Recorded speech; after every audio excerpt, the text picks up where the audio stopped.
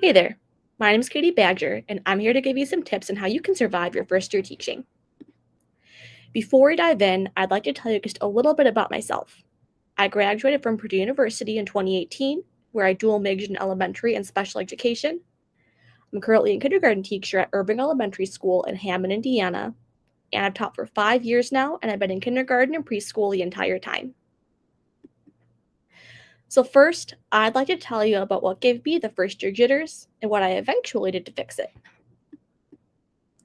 So, the first thing making me nervous my first year was the fact that my family has had a million different questions. For a lot of them, this is the first time they were sending their child to school, and so they were very nervous and very excited. But with me being so new to the school myself, all their questions got overwhelming very quickly. To make it easier on both me and my families, I created a kindergarten FAQ packet that I handed out during open house.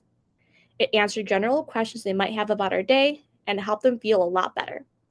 You may want to ask your colleagues if they have something like this already created so that you can use and edit it, or you can at least get their help getting more information about the school. I like to include a Meet the Teacher page in my packet, which is really more for my students' benefit. It gives them an idea of who I am and it gives them ways to connect with me right off the bat, which parents have said makes the start of school a lot less scary for them. Pets, favorite colors, and favorite books are always good to include. I also have pages for specific activities to do in my class, like snack time and show and tell. But these can also come later on in the year as you start to introduce those routines. Behavior charts, class schedules, and classroom rules are all good things to have in there so parents can review them with their students at home. And a get to know your child page is also a big hit. Chances are very good that your parents are going to have a lot to tell you about their child, but it's very easy to get that information mixed up as you're learning faces and names. I always have my parents fill this sheet out at back to school night, and I keep the sheets in a folder to review throughout the year. A lot of times, information will help you, and so I definitely recommend it for your own class. Something else that gave me anxiety in my first year teaching was the fact that my students were really struggling with the activities I was giving them. You need to go slow and simple those first few weeks to give them time to adjust to being at school. Save the heavy academics for later because you're going to get a lot more learning done with the class that can follow basic routines and can use school supplies properly because even your students who come in knowing letters and numbers can still struggle with using a marker or lining up.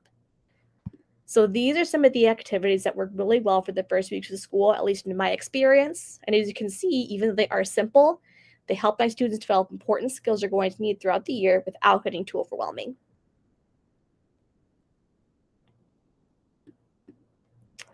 I cannot emphasize enough the importance of teaching your students how to use school supplies at the beginning of the year. Make drawings, make PowerPoints, whatever you want to do. You're going to end up with a lot of broken glue sticks and pushed in marker caps if you don't. And this is also why I think crafts are such a good idea. They're a fun way to practice, and they also pave the way for things like cut and paste worksheets or using blackboards during lessons later on.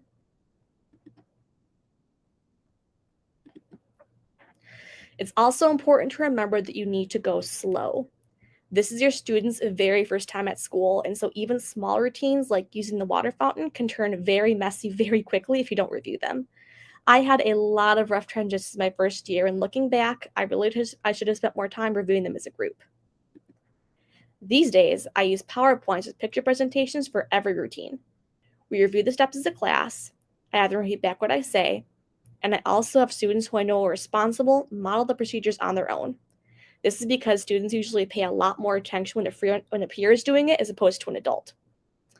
Once that's all done, I usually have one table at a time do the procedure so I can easily help and correct them if I need to. It is a lot easier to help 5 or 6 students than it is 24. Now, this does mean you have to set a lot of time aside at the beginning of the year for things like dismissal or lining up, but it's going to be worth it in the long run when they finally get it and can do it without a whole lot of help.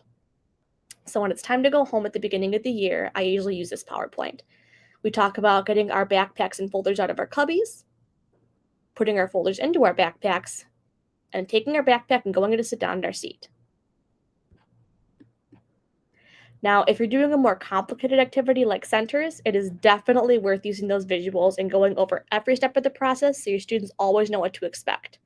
And the good thing is you always have it on hand, so if you have a new student who needs to figure things out, Or if you have students with special needs who thrive on that visual support, you're always going to have a to refer back to. So at the very start, we go over centers. I like to share the centers we'll be using. We talk about our timer and how long they're going to have to play at each center. And we go through the whole process step by step, from sitting on the rug, listening to a story as I sit up, to playing at their center as the timer is going off, to cleaning up to our cleanup timer at the end.